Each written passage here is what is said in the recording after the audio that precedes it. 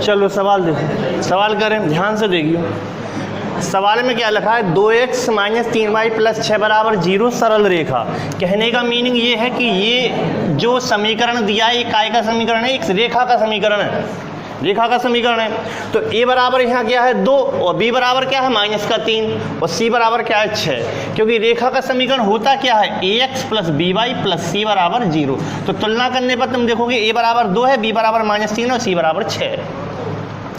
और निर्देशांक अक्षों के आलेख से बने त्रिभुज का क्षेत्रफल। तो एक है रेखा, तो त्रिभुज के लिए तो 3 रेखाएं चाहिए, एक रेखा से तो बनेगा नहीं। एक रेखा हो गई जे, और वो कह रहा अक्षों वाली दो रेखा ले लेना अक्षों वाली, एक x अक्ष वाली एक y अक्ष वाली, तो उससे बनेगा त्रिभुज। उस त्रिभुज का क्षेत्रफल ज्ञात करो। तो कैसे करेंगे देखो, समझाने के लिए हम तुम्हें आलेख बना रहे हैं। ऐसे एक रेखा हो गई जे, और फिर वो कह रहा है कि एक रेखा जो है तो रेखा इस तरफ भी हो सकती है, इस तरफ भी हो सकती है, इस तरफ भी हो सकती है, इस तरफ भी। तो पहले हमें x अक्ष पर चाहिए, तो x अक्ष पर क्या होता है, तुम कहोगे y बराबर 0, यानी यहाँ कहाँ पॉइंट आया होगा तो ये पता चलेगा y बराबर 0 रखने से। तो y बराबर 0 रखोगे तो x बराबर आएगा -3, नहीं आएगा, नहीं आई समझ में। y बराबर 0 रखोगे तो 6 उस तरफ जाएगा तो x बराबर -3। तो यानी एक पॉइंट तो अंदाज ले रहा है यहाँ का ही है, इसको कहोगे x अक्ष पर, यानी x अक्ष पर y बराबर 0 रखा तो ये क्या आएगा -3। x अक्ष पर y बराबर 0 होता है, तो देखो y बराबर 0 भी हो गया। अब y अक्ष पर क्या होगा, y अक्ष पर x बराबर 0 होगा। तो x बराबर 0 रखोगे तो ये 0 हो जाएगा, तो y बराबर क्या आएगा +2। तो 2 प्लस का ऊपर रहेगा, तो यहाँ कहीं रहेगा, हम अंदाज ले रहे हैं 2 यहाँ रहेगा ऐसे। तो ये 2 पॉइंट निकालना आया, इसे मिलाओगे तो एक रेखा बनेगी। और इसी रेखा का समीकरण क्या है, इस रेखा का समीकरण है 2x माइनस 3y प्लस 6 बराबर 0। तुम कहोगे भाई साहब तुम्हें कैसे पता इसी रेखा का है, तो ये दोनों पॉइंट, ये वाला भी इसे संतुष्ट कर रहा है और ये वाला भी इसे संतुष्ट कर रहा है।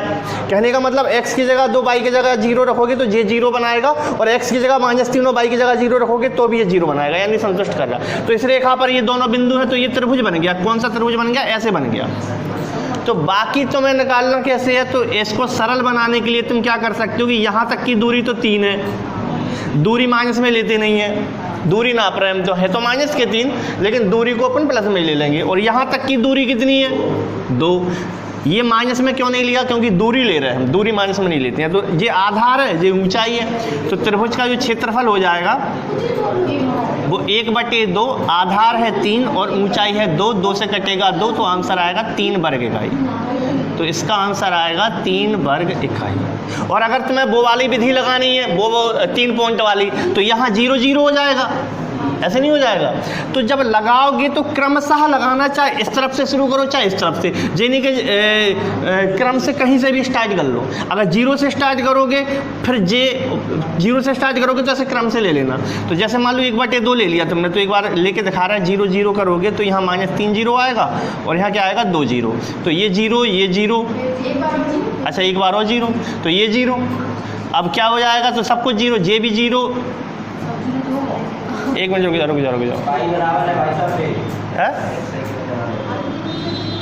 मिनट रुक जाओ, इसको पहले लिखो फिर हम देख रहे हैं। ये 2 0 की जगह 0 2 लिख लो और फिर कर लेना। इसको ऐसे भी हो जाएगा कि तुम ऐसे बनाओगे तो ये 0 2 होगा, इसको ऐसे करोगे तो भी आ जाएगा आंसर इस विधि से। बस यहाँ तीसरा पॉइंट 0 0 जे है, क्रम से ले लेना है।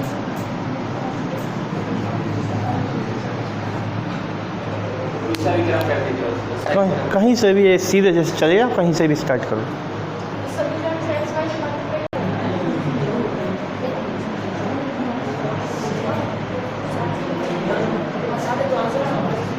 तो सवाल में क्या लिखा, सरल रेखा y बराबर √3x + 4 का धन x अक्ष के साथ कितना झुकाव है। x अक्ष के साथ झुकाव माने प्रवणता, x अक्ष के साथ झुकाव चाहिए उसको।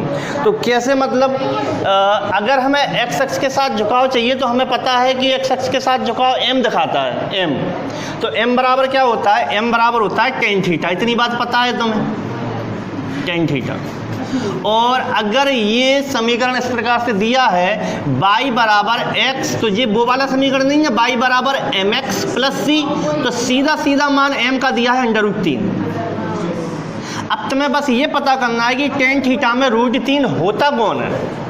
अब tan थीटा का भाई साहब हमें याद नहीं है, तो देखो कैसे, गौर से देखो √3 लिखा, √3 वाली टिपलेट तुमने कैसी पढ़ी थी, ऐसी पढ़ी थी कि √3 होता है 1 2 3, √3 यहाँ होता है, और ये √3 वाली 45 में तो है नहीं, ये 90 30 60 में, तो 30 यहाँ बनाया जाता है और 60 यहाँ बनाया जाता है। चूंकि ये tan है तो tan का मतलब होता है लंब बटे आधार, लाल बटे कक्का से, लाल बटे कक्का से लंब बटे आधार tan है, आधार बटे कर्ण cos है, लंब बटे कर्ण sin है। तो लंब बटे आधार यानी कि तुम्हें क्या चाहिए, √3 चाहिए, तो ये तो √3 आ जाए लंब, और आधार 1 आए, आधार 1 हो जाएगा, तो ये क्या हो जाएगा, नहीं सॉरी, हाँ 60 हो जाएगा। 60 देखो लंब क्या है, √3, लंब √3 अगर तुमने रख दिया तो थीटा के सामने का लंब होता है, तो 30 नहीं माना जाएगा, फिर 60 माना जाएगा, क्योंकि लंब की जगह क्या रखवाना है, √3, आधार की जगह 1, तो थीटा के सामने का लंब होता है। तो इसका मीनिंग है कि अगर तुम्हें √3 रखना है तो tan यहाँ 60 होना चाहिए और बराबर में √3/1 बन जाएगा। तो तुम क्या कहोगे, तुलना करने पर हम प्राप्त करते हैं कि जो √3 है वो tan 60 का मान होता है, इसलिए थीटा बराबर कितना हो जाएगा, 60 हो जाएगा, थीटा बराबर 60।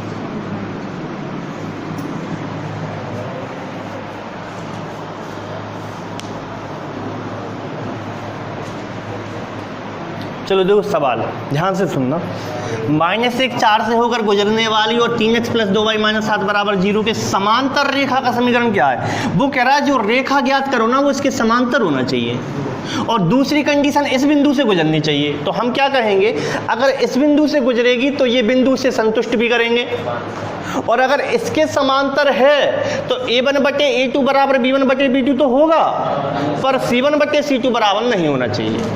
या फिर ऐसे समझ लो कि इसकी प्रवणता और उस रेखा की प्रवणता बराबर होनी चाहिए, या फिर ऐसे समझ लो इसकी प्रवणता उसकी प्रवणता के समान बराबर होनी चाहिए। अब समझना ध्यान से, तो पहले हम जे बिंदु से कौन संतुष्ट हो रहा है वो देख लो, क्योंकि इस बिंदु से गुजरने वाली चाहिए।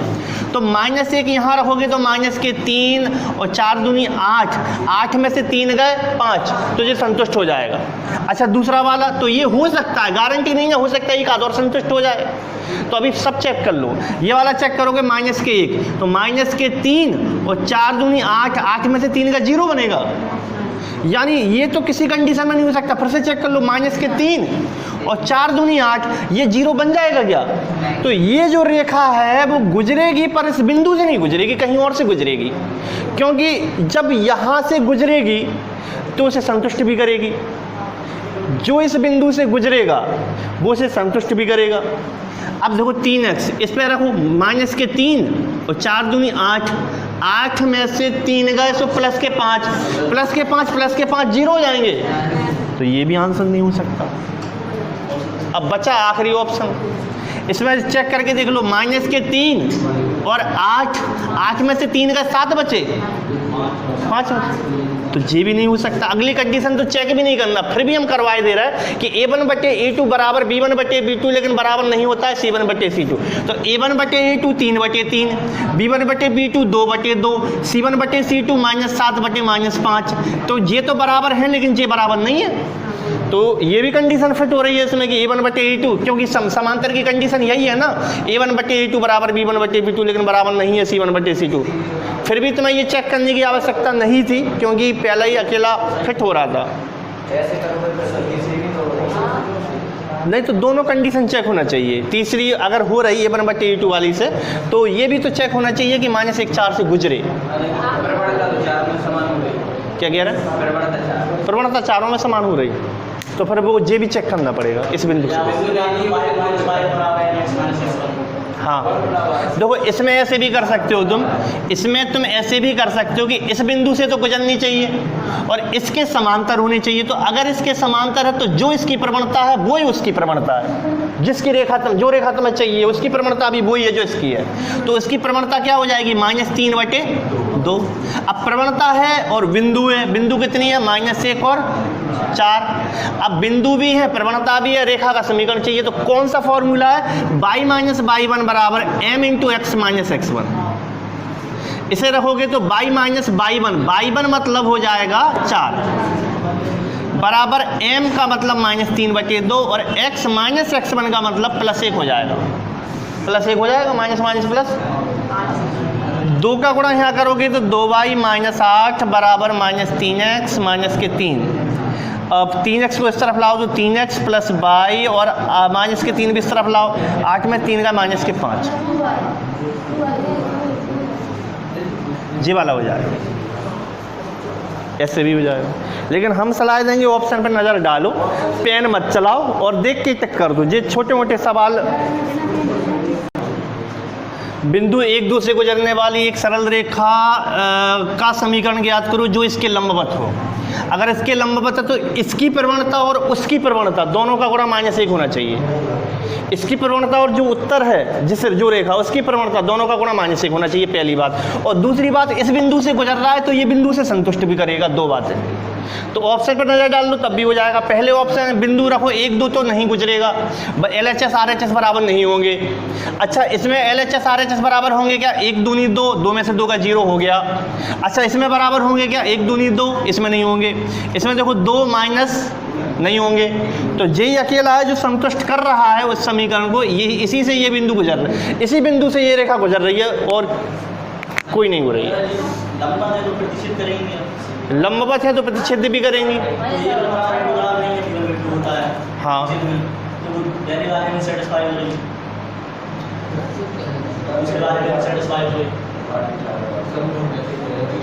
दूसरे में भी हो रही, नहीं तो वो कंडीशन प्रतिच्छेद तो करेंगी, लेकिन प्रतिच्छेद कितने एंगल पे करेंगी, जैसे एक रेखा है और एक रेखा है, ये ऐसे नहीं करेंगी, ये करेंगी 90 डिग्री पे प्रतिच्छेद करेंगी ऐसे। तो ये क्या कहते हैं, लंबवत अद्वितीय हल के साथ साथ वो भी चेक करना पड़ेगा कि 90 डिग्री पे प्रतिच्छेद कर रही है या नहीं। और 90 डिग्री पर तभी करती है जब प्रवणताओं का गुणा -1 हो। तो अद्वितीय हल इसमें जो कह रहा है भाई साहब लागू हो रहा है, A1/A2 बराबर नहीं है B1/B2। तो साथ में ये भी तो चेक करो कि कटी तो है लेकिन 90 डिग्री पर कटी कि नहीं। हाँ, उस बिंदु से भी गुजरना चाहिए, ये भी पता होना चाहिए। और विधि से करो तो विधि कैसी हो जाएगी, मान लो ये रेखा है तो इसकी प्रवणता कितनी हो जाएगी, इसकी प्रवणता हो जाएगी m1 बराबर -1/2 और दूसरी जो रेखा है उसमें m1 इंटू m2 बराबर होता है -1।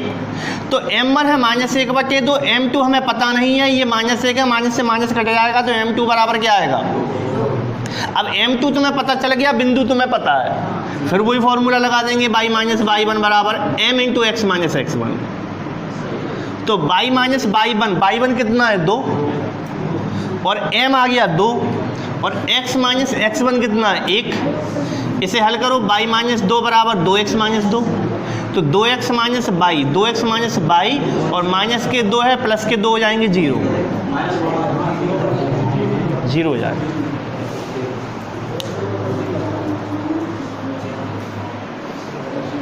सही है। सरल रेखा, 2 रेखा सरल रेखा दी है, एक रेखा जे है और एक रेखा जे है। बुकरा इन दोनों रेखाओं का प्रतिच्छेद बिंदु के निर्देशांक ज्ञात करो, यानी ये 2 रेखा जहां कटेंगी वो वाले निर्देशांक ज्ञात करो। तो अगर जहां कटेंगी तो ये बिंदु इस रेखा को भी संतुष्ट करेगा और इस रेखा को भी संतुष्ट करेगा। तो ऑप्शन से 0 0 इसे भी संतुष्ट करना चाहिए, इसे भी, और कर भी रहा है। इसमें रखो 0 0 तो LHS RHS बराबर। या फिर क्या करो कि जहां प्रतिच्छेद करता है वो इन दोनों से ही पैदा हुए होते हैं, दोनों समीकरण से, तो इसमें विलोपन लगा दो। अगर x बराबर 0 तो ये आंसर हो जाएगा।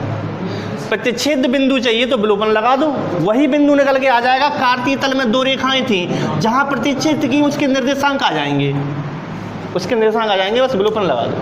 या फिर ऑप्शन रख के देख लो, दोनों रेखाएं संतुष्ट होनी चाहिए, दोनों रेखाएं। देखो सवाल क्या है कि त्रिभुज ABC के शीर्षों के निर्देशांक 3, 5, -4, 8 और -6, -2 है। कहने का मीनिंग ये है, एक त्रिभुज रहा होगा, हम रफ डायग्राम बना रहे हैं, कार्तीय तल पे नहीं बना रहे हैं। जैसे मान लो A यहाँ है, B यहाँ है, C यहाँ है, तो A के निर्देशांक 3, 5 हो जाएंगे, B के -4, 8 हो जाएंगे और C के हो जाएंगे -6, -2। अब मध्यका क्या होती है, जो बीच में गिरती है, आधा आधा करती है, तो मध्यका की भी निर्देशांक बड़ी आसान है निकालना, क्योंकि ये बीच में गिरी है, तो -4 और -6 को जोड़ो, -10, -10 के आधे, -5 और 8 में से 2 गए 6 के आधे। अब जो रेखा है वो कौन सी चाहिए, मध्यका का समीकरण चाहिए, यानी मध्यका का समीकरण माने इसका समीकरण चाहिए, तो इसका समीकरण वही रेखा होगी जो 3, 5 से गुजरेगी और -5, 3 से भी गुजरेगी। तो जो समीकरण, जो आंसर 3, 5 से भी संतुष्ट होगा और -5, 3 से भी संतुष्ट होगा, वही आंसर होगा। तो ये संतुष्ट हो नहीं रहा, 3, 5 रख के देख लो, ये हो जाएगा संतुष्ट 3, 5 से, लेकिन 3, 5 से ये भी हो जाएगा, ये दोनों नहीं हो रहा, लेकिन ये भी संतुष्ट हो रहा, ये भी हो रहा 3, 5 रखने से।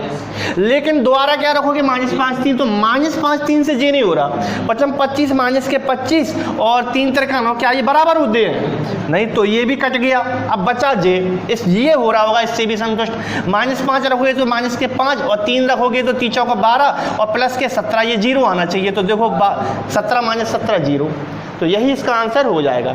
दूसरी बात क्या है इस सवाल में, दूसरी बात क्या हो सकती है इस सवाल में कि तुमने ये तो निकाल ही लिया, 2 बिंदु तुम्हारे पास आ गए, रेखा का समीकरण तुम्हें चाहिए, तो फॉर्मूला लगा दो यहाँ पे, कौन सा वाला, y - y1 बराबर y2 - y1 बटे x2 - x1, ये m का मान हो जाएगा और x - x1। इस समीकरण में x1 j हो जाएगा, y1 j हो जाएगा, x2 j हो जाएगा, y2 j हो जाएगा, और जब रखोगे इसमें और हल करोगे तो यही समीकरण आएगा। करके देख लो, हम डायरेक्ट आंसर लिख रहे हैं, तुम इसे हल करके देखो, इसमें रख के निकालो आंसर, फिर बताओ। ठीक,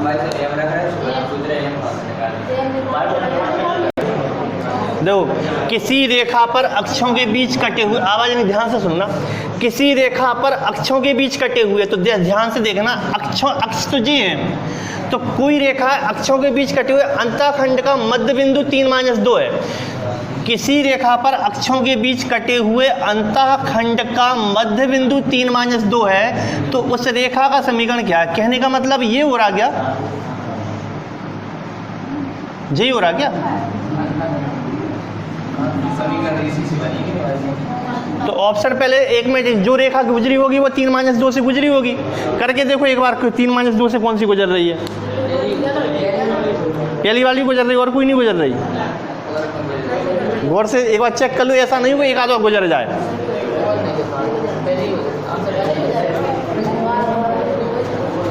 तो बस हो गया आंसर, नहीं समझे।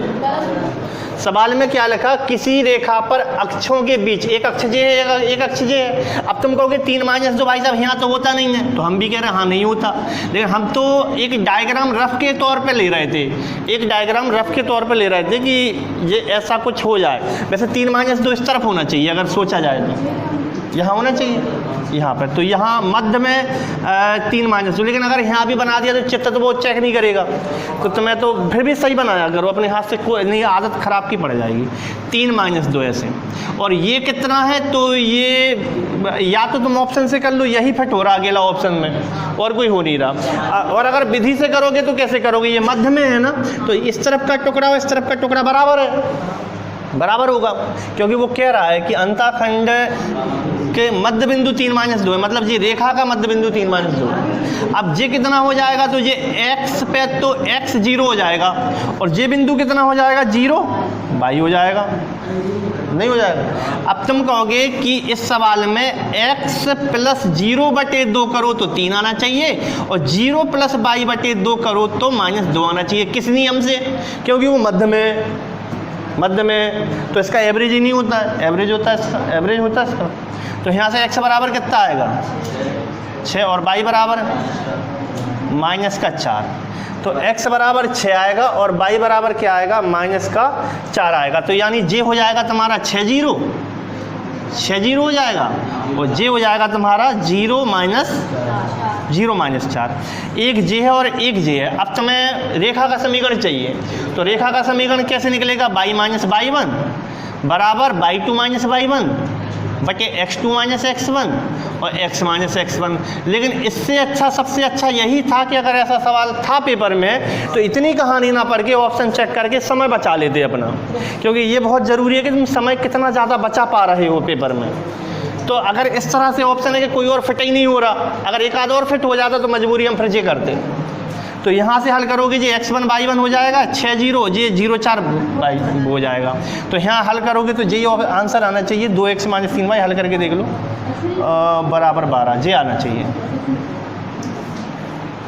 लेकिन अगर दो ऑप्शन मैच कर जाते तो विधि लगानी पड़ती, फिर दो ऑप्शन अगर एक से हो जाए तो।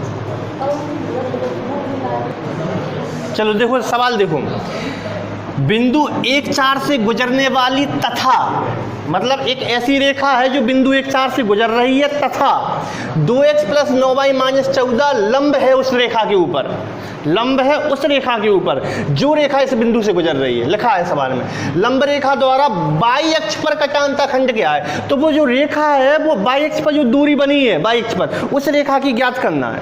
अगर इस रेखा की ज्ञात करनी होती है बाई अक्ष पर अंतःखंड तो हम x बराबर 0 रख देते हो, कह देते 14/9 आंसर है। लेकिन उस रेखा की चाहिए जिस पर ये लंब है और वो रेखा इस बिंदु से गुजर रही है। तो पहले हम उस रेखा का समीकरण ज्ञात करेंगे। तो ये रेखा लंब है उसके ऊपर, तो इसकी प्रवणता कितनी है, इसकी प्रवणता है m बराबर -2/9। तो उसकी प्रवणता कितनी हो जाएगी, चूंकि हम जानते हैं कि अगर लंब रेखा है तो दोनों का गुणा -1 होता है। तो पहले की प्रवणता -2/9 है, दूसरी की प्रवणता क्या होगी हमें नहीं पता, तो माइनस से माइनस कटेगा। m2 बराबर उसकी प्रवणता 9/2 होगी प्लस की उसकी प्रवणता, तो उसकी प्रवणता 9/2 होगी और बिंदु क्या है 1 4। तो हम रेखा का समीकरण निकाल लेंगे। हम जानते हैं कि y माइनस y1 बराबर होता है m into x minus x1। यहाँ से रखना शुरू करेंगे, y माइनस y1 हो जाएगा y माइनस 1, सही है ना, सॉरी 4 है, वो 4 y1 4 है। m बराबर हो जाएगा 9/2 और x माइनस हो जाएगा 1। यहाँ से 2 का गुणा यहाँ करोगे तो 2y माइनस 8 बराबर 9x माइनस 9। इसको हल करोगे आगे समीकरण को तो 9x minus 2y, 9x minus 2y, 2y उस तरफ जाएंगे और 9 को इस तरफ लाओगे तो बराबर 1 ऐसे। अब तुम क्या क्या कहोगे इसमें, तुम्हें क्या चाहिए, बाई अक्ष पर अंडाखंड चाहिए। यानी मान लो कोई रेखा हुई होगी ऐसी जिसका नाम हुआ होगा 9x माइनस 2y बराबर 1, तो तुम्हें तो ये वाली दूरी चाहिए ये, तो ये यहाँ पे तो x 0 होता है तो x बराबर 0 रख दो। अगर तुम्हें बाई अक्ष पर चाहिए अंताखंड की दूरी, बाई अक्ष पर अंताखंड चाहिए तो बाई अक्ष पर तो x बराबर 0 होता है, तो x बराबर 0 रखोगे तो -2y बराबर 1 बनेगा, तो y बराबर -1/2 बनेगा। यही आंसर है, ये आंसर हो जाएगा। चलो देखो सवाल क्या लिखा है, ध्यान से पढ़ना। 2x माइनस y बराबर 3, ये लिखा 2x माइनस y बराबर 3 तथा x प्लस y बराबर 6 के प्रतिच्छेद बिंदु से बनने वाली। तो दो रेखाएं हैं, मान लो प्रतिच्छेद कर गई, ये रेखा और उस पर एक लंबवत रेखा है। लंबवत कौन सी है, 5x माइनस 2y बराबर 3। तो इसके निर्देशांक याद कर लो पहले।